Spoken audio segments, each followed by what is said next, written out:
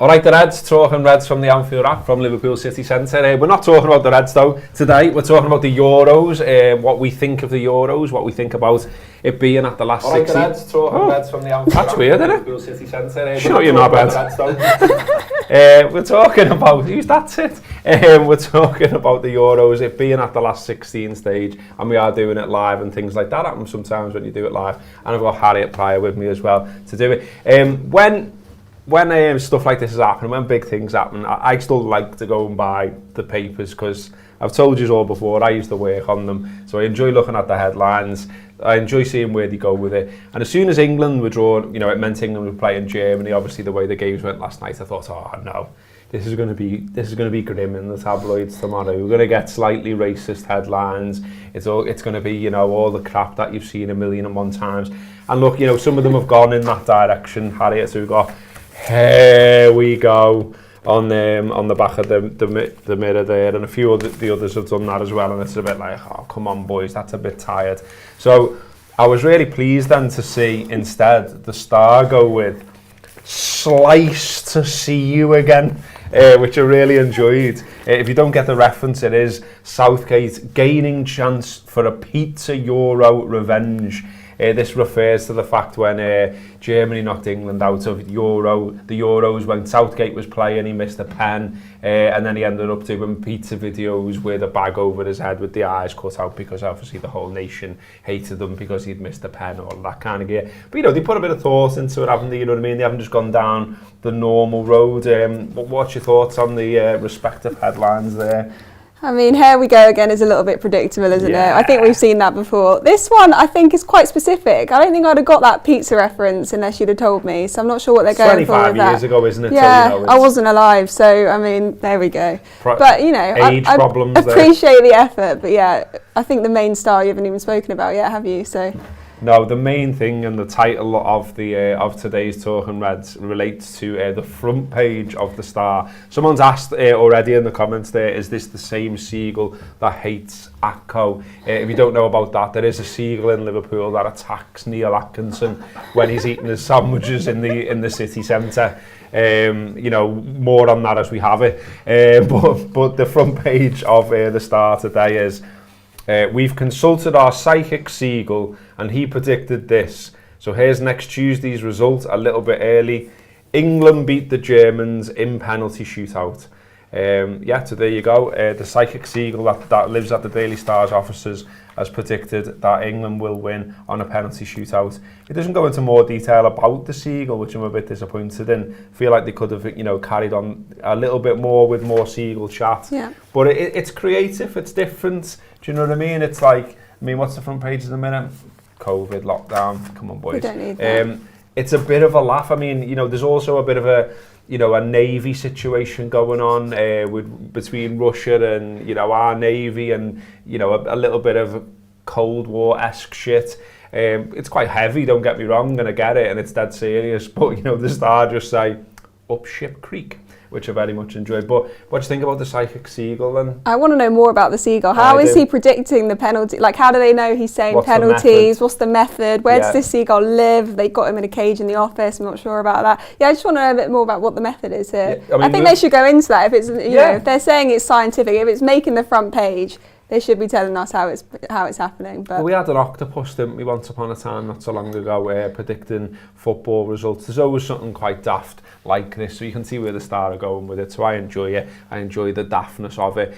On a serious note, though, it is the last 16 now in the Euros. What have you enjoyed so far about the Euros, Harriet? What's been your little highlights of what we've seen up to now? Yeah, it's a bit of a mad one because before it all started, I really didn't know much. Not that I didn't know much about it, but I wasn't that invested in it. Wasn't sort of reading anything in it. Thought I'd sort of watch the odd game when it's been on, but actually it's been quite exciting. And I think the sort of the stages that they've done it in, everyone was sort of criticising how they were doing it before, sort of 24 and 16 or whatever it is. But it's made for actually quite a good tournament, and there's been a lot of sort of jeopardy in the last 10 minutes of every game. Like Portugal last night, I think they were in every single position in the table at one point, which is just a bit mad, isn't it? Germany were going out at one point.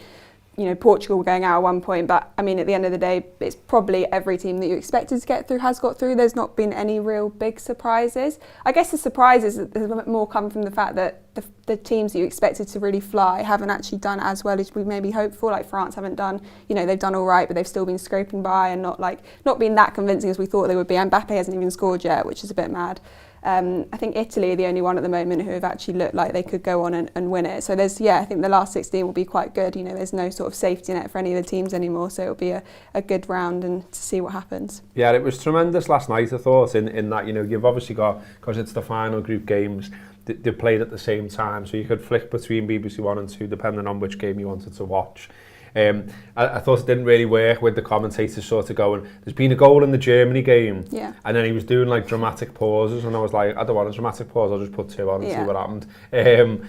But as you say, it flipped between all the different sides, all the different permutations in the course of 2 hours, and that was good, wasn't it? Because as you say, I think in previous tournaments, there's been a lot of moaning about the setup of this one, but in previous ones you get to this stage and when things are done you get loads of dead rubbers and it's boring. But that was the very opposite. That was tournament football at its best last night, wasn't it? Yeah, it definitely was, and I really enjoyed the Portugal game last night because I think people sort of thought Portugal, they obviously won it last time, they thought they were sort of not, going to be front runners this time, and I actually sort of backed them beforehand. I think you can't ever doubt Ronaldo, and I know it was only 2 penalties last night, but still, he's just so calm, isn't he? And you can never sort of take him out the equation. So yeah, I've really been enjoying it. I thought the Denmark, the other night when they were, tremendous, that was amazing, and I loved it when they were all just standing around looking at their phones. It's very old school because everyone else knew that they'd gone through and they hadn't heard yet, so it was really nice to see that reaction live, and when they realised they'd gone through, and obviously, after everything that happened with Eriksen in the first game, they've done really well, so I'm definitely behind them. I think a lot of people are getting behind them now, aren't they? So. Yeah, I loved that game as well, as you say, the Eriksen stuff, but also just the idea that, you had a proper crowd in there,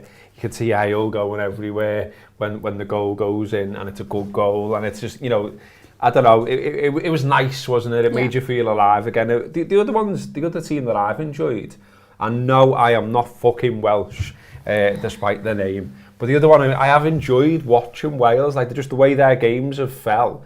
They've been at times that I'm able to watch. I'm not able to watch all of them because of, various other things going on in life. But I've watched all the Wales games and I've enjoyed them, do you know what I mean? And there's a bit of a buzz around them, and they, they're playing Denmark, aren't they? So you kind of feel like that could go either way. It'll be a good game to watch. There's a good spirit around Wales. Like the manager's a bit of a random one, and like you're sort of like, well, who's this fella? Do you know what I mean? He's not a big name, is he? But they all like him. Seems to be real team spirit there. They've got the stardust of Bale and Ramsey and stuff like that. And they're my little, like, I wasn't expecting to be entertained by Wales. I know they've done well in a tournament previously, but I'm enjoying them, and I'm defo tuning in for this Wales-Denmark game. Yeah, I think that will actually be a really good game because neither, both of them kind of expected not to do that well, and they've both been really impressive. I think Neil said it on here before, you quite like it when a team just knows who their best players are and just sets up around them. Like they know that Bale and Ramsey are going to play well, so they just kind of set up the team to make them sort of thrive, and that's quite fun. I think they've got, I wrote down here, they've got the 3rd youngest squad in the Euros. There's 12 players under 23. So that, that's quite fun. You're sort of watching a team that you haven't watched time and time again in different tournaments. So yeah, I think that will be quite an exciting one to watch. I think there's a few sort of big hitters in the last 16 that will be quite good, but that will be a good one. Belgium, Portugal, I'm looking forward to as well. I think Belgium have been, especially since De Bruyne has come back, they've been quite impressive. So yeah, there's a few good games I'm looking forward to. You mentioned Ronaldo, and like we were just talking about it in here before we kicked this off, and like I feel like I might see the comments start to tick over a little bit faster now when I say this, but I quite like the fella. Like, he really seems to grind the gears of lots of people, and obviously he played for Manchester United and all that kind of stuff, but I just find it really hard to actually hate him. I watched a documentary about him the other day that I think was on the BBC. I enjoyed that. And the numbers he's doing are unbelievable, aren't they? He's like top scorer in tournaments, top scorer for Portugal, and he just keeps churning them out. And he's cracking on in age now, and yet he's still their talisman. You see last night when goal goes in against him, and he's just there walking around going like, you know what I mean? He's just sat, and like in the documentary there was a bit where when he was at Madrid. I think it was like a Champions League final, and he's just saying to people at Madrid, by the way, just going, it'll be all right. I'd sort it, it'd be all right. Yeah. And you just kind of think, if you could have Ronaldo on your side in a footy match, that's going to go a long way to making you play better as well, isn't it? Yeah, and he's so level-headed. I think, he's kind of one of those players you don't want to love, but you kind of do like him and respect him even more so because of what he's done and the fact that he's always sort of been there for his country and never sort of bowed out. You know, he could have easily retired and been like, I'll just play a bit of club football for the last few years. But you know, he's done so well. I liked it. He got already, not for me, from LFC 404 there. I knew you get that. That's what I mean. Though loads of people like that's the way. Like everyone universally seems to respect Messi, for instance. But with Ronaldo, it's like some people are wound up. You know, like I seen something on the telly the other day, still going back to when Portugal played England, and like he winked when Rooney got sent and all that kind of stuff. And this is going back years, and it's like, why are we still holding a grudge over that? I'm not asked. Yeah. Like I thought that was funny at the time because I've got no real skin in the England game. Someone's asked, by the way, is Harriet an England fan? I've been asked this so many times, honestly. I think it was Harrison on the walk was like, do you sing God Save the Queen? Honestly. I mean... Do you? No, I don't sing. But I sort of am watching England quite impartially, I think. I mean, they've been very boring. They've been like the most boring game in the Euros, haven't they? I think I'm probably getting behind Denmark more. That's so... Why do people keep asking me this? Because I sound like I'm from the south. So it's just because we're a bit mad about them here, or some of us are. As someone always in the comments when I say this says like, just because you, Robbo, you're not asked about England, I am, and it's all a bit daft. You're in that country and you should be more patriotic. Bollocks! I'm not interested. I cannot get behind England as a concept, as a country, as a football team, and that's my choice. Soz. But if you want to get behind them, Harris, that's fine. We can still get on together.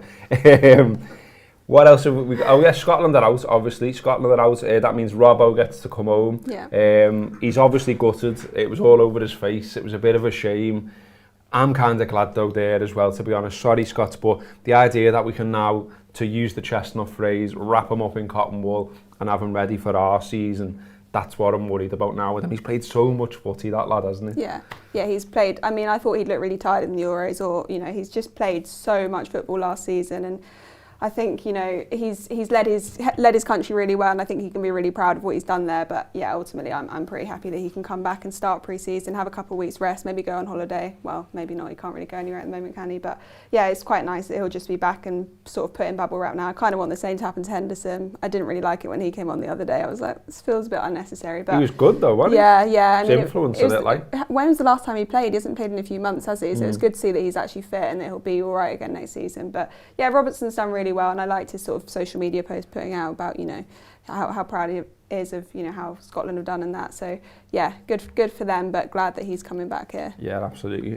Just looking in the comments, some people are saying, Drexel says Ronaldo is an all-time great, how can you not respect him? Rian reacts, that's his name. He says, I think Ronaldo is top 3 of all time. I know it's controversial. I mean, when you look at his stats, it's not controversial though, is it? And it's like, you know, he's got those penalties there, and you're like, there's no way in the world that he's missing these pens. He's like the coolest fella in the ground. He's not arsed. He does that thing where you can see him putting himself in like a state of mind, and then there's no chance that he's missing them, and he scores them. And it's just like, you know, who'd you fancy now to go on and win it? We know how the tie looks. We know how the draw looks as well. So, you know, like, there's all these people who are very bothered about England going on about, there's an England-Wales semi on the cards. I mean, I think you might be getting a little ahead of yourselves there. Small matter of Germany for the start. I was about to say, I think that England-Germany, that is sort of the easier side of the draw though, isn't it, the way it's fallen. So whoever kind of wins that game, and it probably will be Germany, will sort of have a good chance of going through. But then I think the Netherlands are also on that side of the draw, so that will be another sort of stumbling block. But I think, you know, to be honest, I think everyone was saying France before a ball was kicked, weren't they? And that they still, for me, they still look like they probably got enough, but they have had a really hard group, and that's never going to help. They haven't been able to sort of rest any of their best players going into the last game or anything like that. So for me, it's going to be a France or Italy, but I am still sort of thinking about Belgium, and they have looked quite good. So I'm thinking they've got. I think for them, it's sort of like they play with more flair, and other teams have played a bit more functionally, haven't they? So it'll be a bit of a flair versus functionality kind of thing, and see what happens. But for me, probably Italy are going to be the ones to go all the way. Yeah, Italy being really impressive. Obviously, I think they're unbeaten in 30 games now, is it, or something like that? And sort of not a stereotypical Italian side, and that they do seem to be able to attack a bit. They're quite entertaining to watch. They're not like, you know, they're not just all about defence like we've seen in years gone by. I mean, they've got Austria as well, so you would expect them to progress on that front. You mentioned Holland, they've got Czech Republic, Belgium, Portugal, Croatia, Spain, France, Switzerland, England, Germany, Sweden, Ukraine. We've got a footy now, though. I mean, just as we're getting into it, like, we've got to wait now. Talk about the Reds on this now. I think so. I mean, we can make the rules as we go along. Did you see Konate's Instagram post? Just bizarre, isn't it? All the water bottles with his face on. I mean, I'm into it. He hasn't even played yet, but he's just well into it. Yeah. He's going to be Bobby's mate, isn't he? I think, you know, Bobby's wild. Bobby dresses like Elton John. Bobby gets his own shade of teeth done. You know, he goes to the dentist says, there's the list of shades, and he goes, nah, even whiter than that, please. I want it like the floodlights. And they goes, all right, Sam. And Konate, drinks with his face on. They're playing You'll Never Walk Alone. You know what I mean? He's got mad sunglasses on. He looks like he's a laugh. Yeah. Him and Bobby are surely going to be mates. Yeah, they're going to be best mates. I think he'll fit in really well to the team. I think he's just a bit of fun, isn't it? And I think him and Robertson as well, they'll get on quite well. I think he'll just settle in quite quickly, and I love that he's already so into the Reds before he's even joined the team or met most of them. So yeah, I'm into it. Yeah, enjoy it, man. You've signed for the Reds, and that's what he seems to be saying. What else have we got in the comments? We have got Sweden is the dark horse of the Euros. Could well be, mate. I mean, you know, they're doing all right so far. Someone says Italy overrated right now, in my opinion. England will win. I don't reckon they will, you know. I mean, it just feels like, we're getting it all ready from the papers, as I said before. You know, off they go. Here we go, saying you can win it and all that. Like, based on what? They haven't played well, have they? They've been boring as fuck. They've got a boring as fuck manager. And guess what as well? On the boring as fuck manager thing, like, I'm an old bastard here, so I can remember all the times that England managers have failed and the press turns on them. Well, our mate Brian Reid, in his column in the Mirror there, I mean, he won't have written the headline, by the way, so maybe I shouldn't mention Brian, but it's got his name on the top, so what do you want me to do? It says, big knockout clash will tell us if Southgate's a triumph or a turnip. That relates to Graham Taylor. Yeah, Graham Taylor, infamously, they put the son, obviously Bellends, put his face on the back of the paper, done out like a turnip, and he never lived that down. Do you know what I mean? It was always thrown at him by the press, and he became like a bit of a joke figure. And it was a bit of a shame, to be honest, because he was a nice fella. Do you know what I mean? He was brilliant on football commentary and stuff like that. And there's a documentary about his time in charge, which ends up being quite sad, actually, because you sort of feel sorry for him, because he did his best. He got stuck in, and then, you know, people are calling him a turnip. So that language is still kicking around in tabloids because of that. And like, look, at the moment, like, Southgate's getting a bit of a pass, but I would like to see what happens as England go on, or don't go on, maybe, in this tournament. We shall see. What else have we got here? Aaron says Bobby scored for Brazil last night. We've got France are going to win it. Mark says Gareth says a sentence without swearing challenge. Fuck that, Mark. And Aaron says, do I not like that? Which is a Graham Taylor reference. We should mention, of course, that the Anfield Wrap is still ticking along, doing its stuff. Loads of stuff on there about the Reds. If you're not really into the Euros chat, no worries at all, because there's loads of stuff about the Reds. And one thing that we have been doing is a programme or a show called Big Hitters with Ian Ryan, where we get stuck into big hitters who played for the Reds. And one of the latest ones we've done is Steve McManaman. And as part of the show, Ian spoke to Robbie Fowler. So here is a clip from Big Hitters. That was the thing with Macca. So I think Macca, he had that ability. He wasn't unbelievably quick, but he just glided across the ground, and he was probably one of them players who was quicker with the ball. He'd run quicker with the ball, and whenever we were in, you know, a little bit of trouble, if you like, you know, you give the ball to Macca, and Macca would calm the game down, and he would run the length of the pitch, and no one would get the ball off him. Now, I'm not saying that he would run and he would beat 10 players with this unbelievable skill, but no one could get the ball off him. Honestly, he just glided past players like they weren't there, and that is a massive gift to have as a player. And we knew that whenever he had the ball, that, you know, you were capable of not only scoring goals, but, you know, and creating chances and scoring various goals anyway. So he was when you think of the history of Liverpool Football Club and the great players we've had, I mean, I love playing with Macca. Now, everyone always says about, you know, King Kenny and, you know, Stephen as the favourite players, you know, who they played with, you know, whatever particular area you've played with.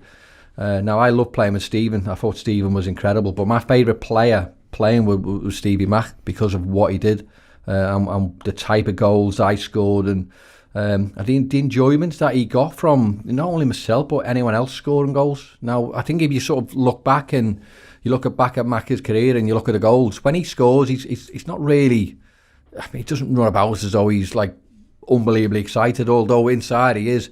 But you probably get more enjoyment out of someone else scoring. And I love looking back at old goals and seeing that, because the enjoyment etched in his face is brilliant when I score goals, and I knew it meant a lot. I really did. There you go. God on the Anfield Wrap, talking about Shaggy. We did have a bit of a chat about McManaman as well, not just Fowler. We got in a room, we had a big chat about him, and it was an enjoyable chat. McManaman was one of the best players I've seen for Liverpool, and I think he's unfairly done to, in terms of some people don't like his commentary, some people still hold a grudge that he left and went to Madrid, etc, etc. But we got into all of that on the Big Hitters show. So if you subscribe to the Anfield Wrap, you can go and get stuck into that as well as loads of other stuff. If I can get my words out, do download the app. Get stuck in, get some free tokens, try out the premium content, and if you like it, get involved and subscribe and keep on supporting the Anfield Wrap. Now listen, I was giving it good about the Star before, wasn't I? I was impressed by the psychic seagull. I was impressed that they'd gone with the pizza thing on the back instead of the more obvious, slightly racist headlines. Another thing though that the Star has got form for over the years is making nicknames up for players that do not fucking exist.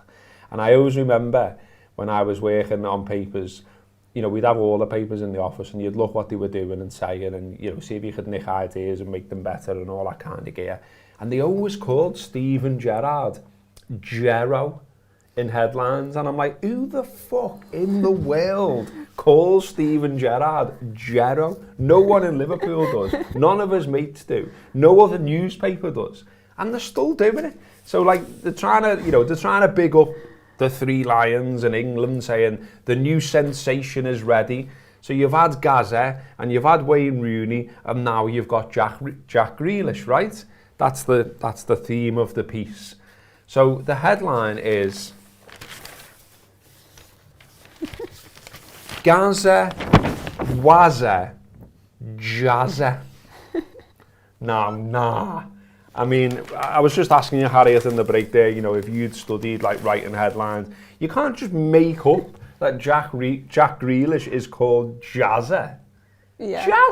Jazza. Are you having it? No. Have you ever known someone called Jack and gone, all right, Jazza, lad? All right, Jazza. I mean, no.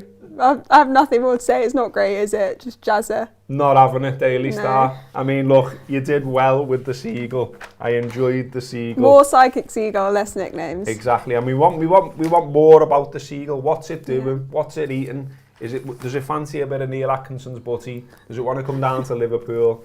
But yeah, that's our in-depth Euros chat for today. Let's see if we've got any more comments just to finish. Someone says, Gareth, you speak the Queen's English. Thanks, mate. I like to think so. Someone says, God has spoken. It's good, isn't it? It's good just to see Robbie Fowler talking about his mate, but also his mate who was very, very good at football. Bry says, is Jazza even a nickname? This is what I'm saying. No, it isn't. No, it isn't. You've got to do better, boys, with the headlines there. He also says Gero was some like... Yeah, Gero was great, wasn't he? Good old Gero. What else have we got? Someone's laughed at the idea that Sweden are in any way a dark horse of the Euros. What's your take on Sweden? Well, they're through to the last 16. You can't count anyone out. You know, the only person I was counting out was Macedonia or North, or whatever it was. They were the only team. Everyone else got a shout. You know. You know what? This always comes up and it really makes me laugh. I feel as though like we should do a show on it, and Neil should definitely be on it because I know that he's on this train. There's a thing, right, where people basically say that Pele was shit. which is fucking wild. He wasn't shit.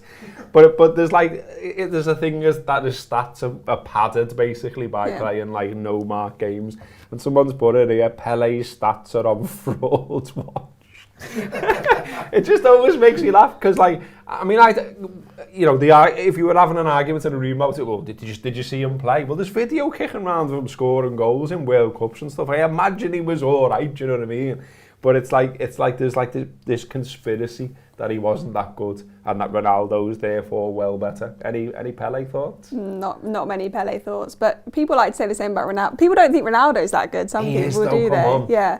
What is he? 36. Yeah, he'll still be playing like 45, I reckon. Still be in the squad. Yeah. Okay, I think we'll go. I think we'll leave it there.